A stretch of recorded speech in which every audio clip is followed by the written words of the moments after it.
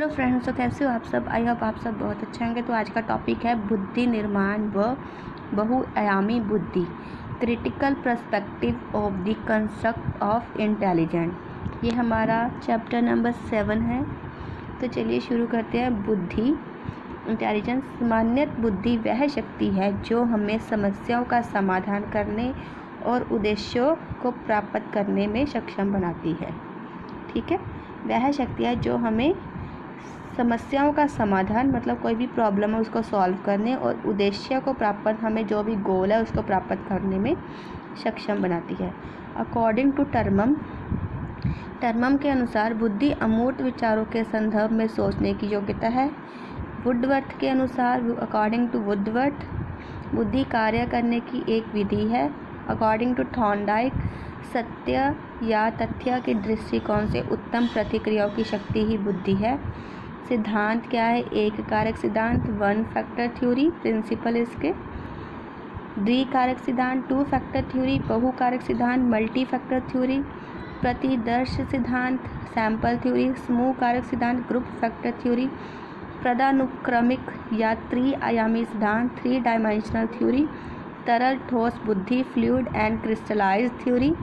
बहुबुद्धि सिद्धांत, multi intelligent theory.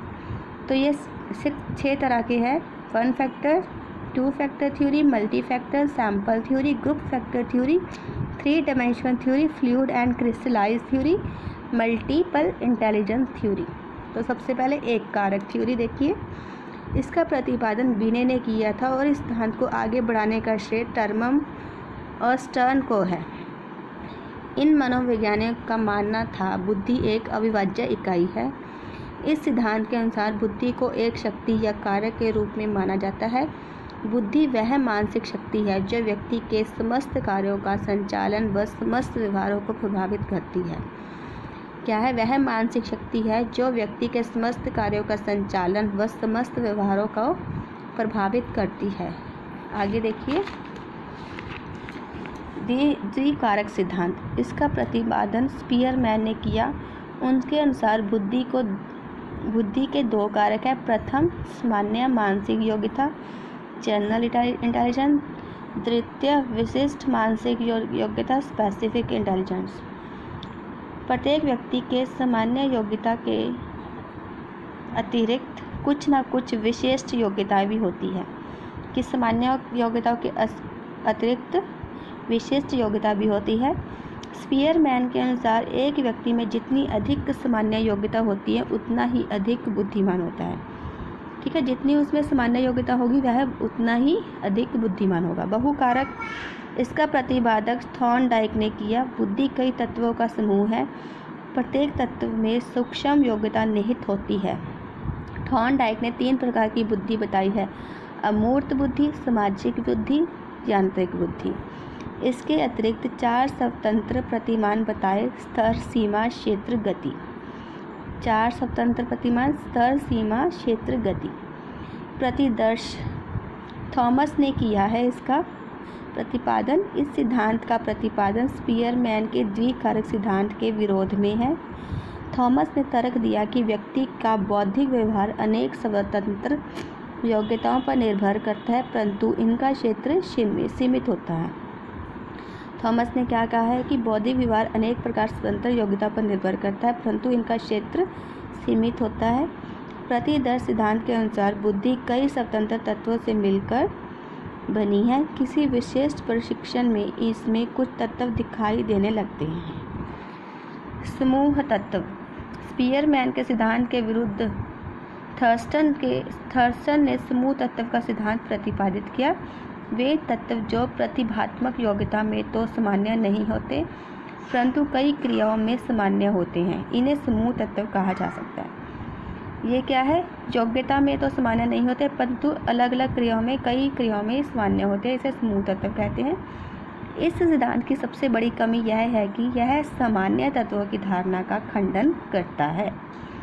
Guilford के सिद्धांत। जेपी गिलफोर्ड ने किया।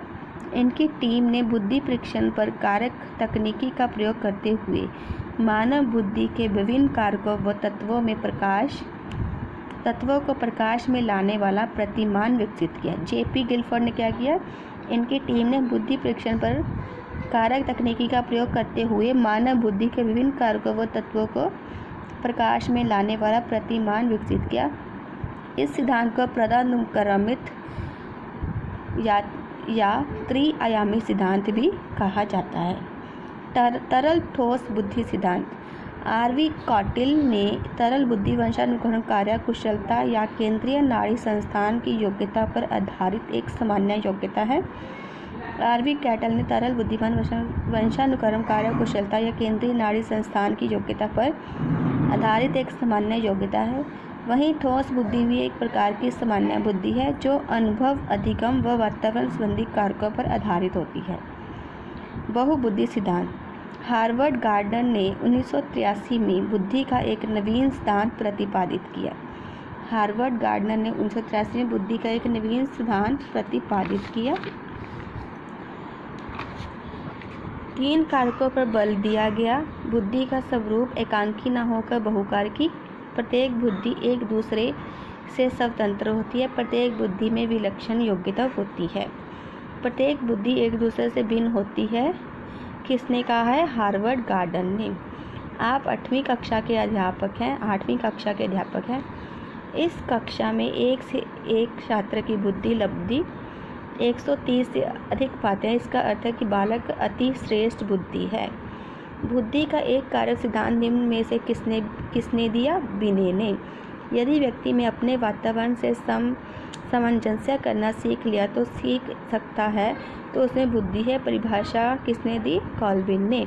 16 वर्ष का बच्चा बुद्धि लब्धि परीक्षण में 75 अंक प्राप्त करता है। उसकी मानसिक आयु क्या है? 12 वर्ष। बहुविधि सिद्धांत को वैध नहीं माना जा सकता क्योंकि विशिष्ट परीक्षणों के अभाव में भिन्न बुद्धियों का मापन संभव नहीं है। बुद्धियों का मापन संभव नहीं है। निम्न में से कौन सा कौशल संवेदनात्मक बुद्धि से संबंधित है? सहानुभूति करना। बुद्धि लब्धांश डैश के रूप में शैक्षणिक निष्पादन से संबंधित है। उच्च बुद्धि लब्धांश उच्च रूप से। हार्वर्ड गार्डनर का बुद्धि सिद्धांत डैश पर बल देता है? प्रत्येक व्यक्ति की विलक्षण योग्यताओं पर। तार्किक गणितीय बुद्धि डैश से संबंधित है? बहुबुद्धि सिद्धांत पर। बिने व उसके साथी साइमन ने बुद्धि के मापन के आधार के लिए किसे सर्वाधिक उपयुक्त माना? बच्चों के मानसिक कार्य को। किसने सबसे पहले बुद्धि का परीक्षण का निर्माण किया? एल्फ्रेड बिने ने 1905 में। ये बहुत ही इंपॉर्टेंट क्वेश्चन है।